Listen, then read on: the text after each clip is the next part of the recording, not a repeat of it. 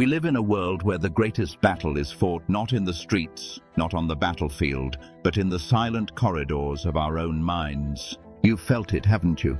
That inner war, the sudden rage that takes over and leaves you ashamed, the anxiety that tightens its grip when the lights go out, the endless hunger for things that never satisfy, yet still pull you back like a chain around your neck. Every one of us knows this conflict. Some try to drown it in distraction. Some try to bury it under success, wealth, or recognition. But here's the uncomfortable truth. You can't escape yourself. No matter how far you run, the storm follows, because the storm is inside. And this is why the words of the Stoics cut so deeply across centuries.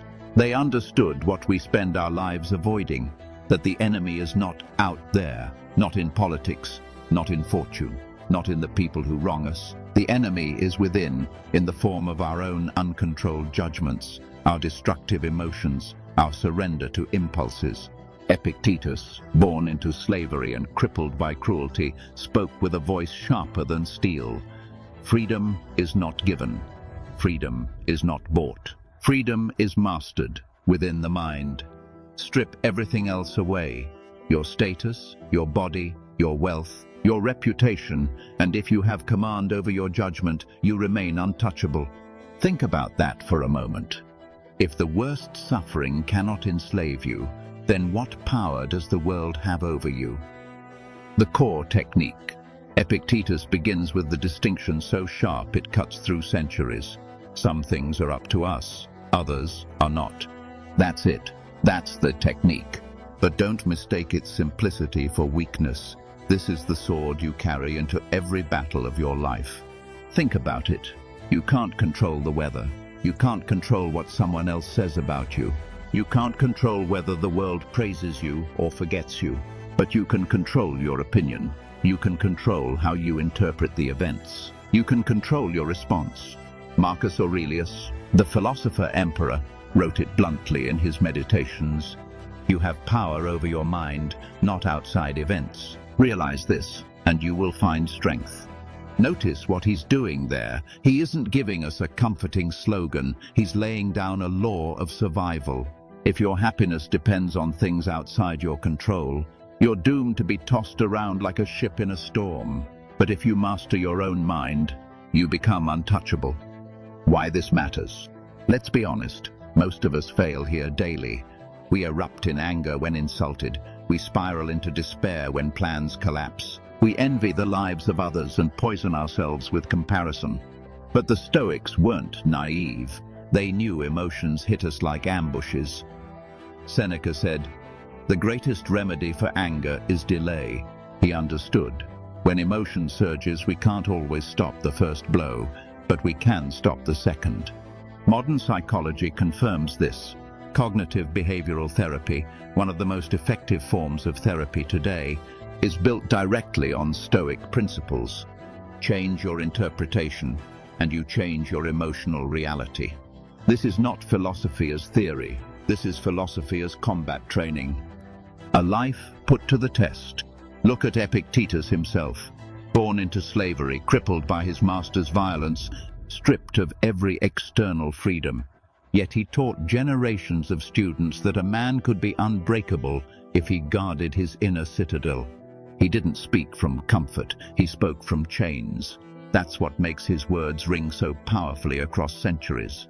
Now compare this to us. We crumble at an insult on social media. We sulk when life denies us convenience.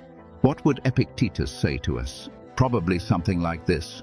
If I can find freedom with nothing but my mind intact, what excuse do you have?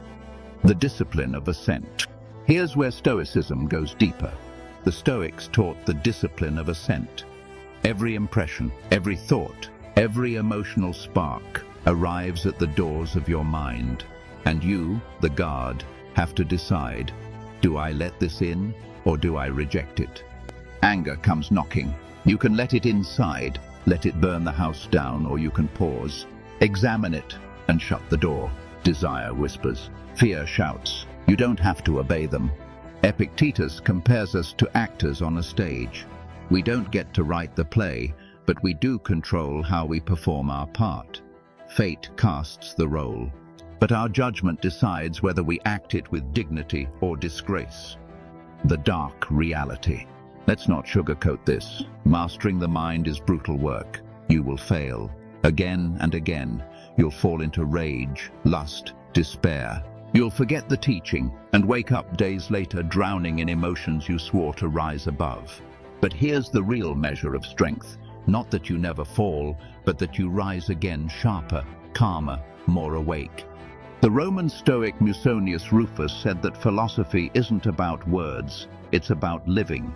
He compared it to practicing a craft. You don't become a carpenter by reading about wood. You become a carpenter by cutting, measuring, failing, and trying again. So it is with the mind.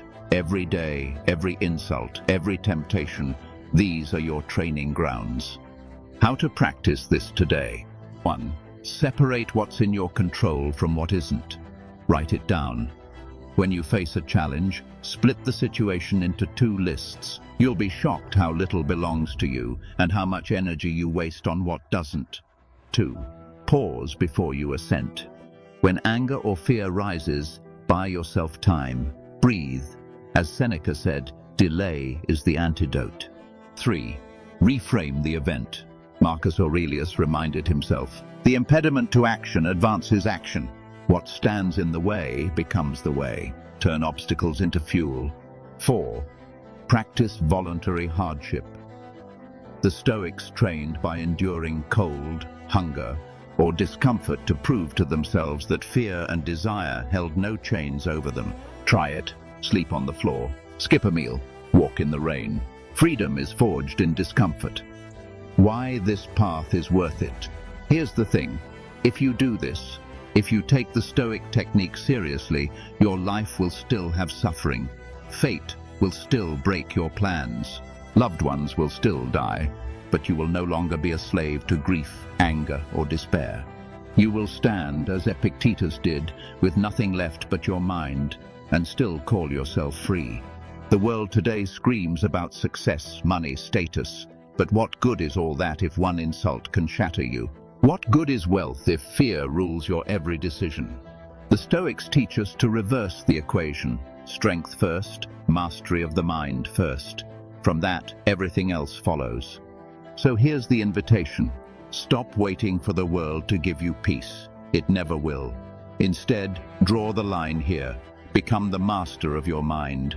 Refuse to hand over your freedom to anger, to fear, to anyone or anything outside your control. This is not easy, it is not comfortable, but it is the only path to true resilience. As Marcus Aurelius whispered to himself in the solitude of an emperor, waste no more time arguing about what a good man should be. Be one. And as Epictetus declared, the man who conquers himself is greater than the man who conquers the world. The battlefield is waiting, the enemy is within, and so is your freedom.